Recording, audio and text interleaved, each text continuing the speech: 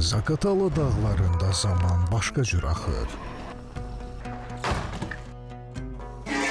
Burada Saxur xalqının yaddaşı külək kimi pıçıltısıyla danışır.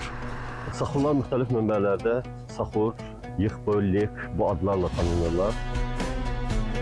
Mən vətənpərvər oğul böyüklüyümə görə qürurluyam.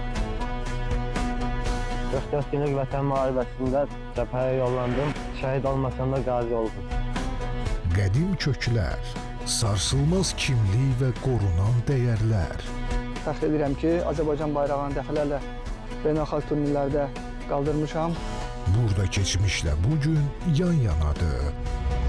Bu, bir xalqın özünə sədaqətinin səssiz sübutudur. Biz Saxur xalqı olsaq da, gözəl Azərbaycanımızda yaşayırıq. Vətən Azərbaycan, 31 yanvar, saat 16-da.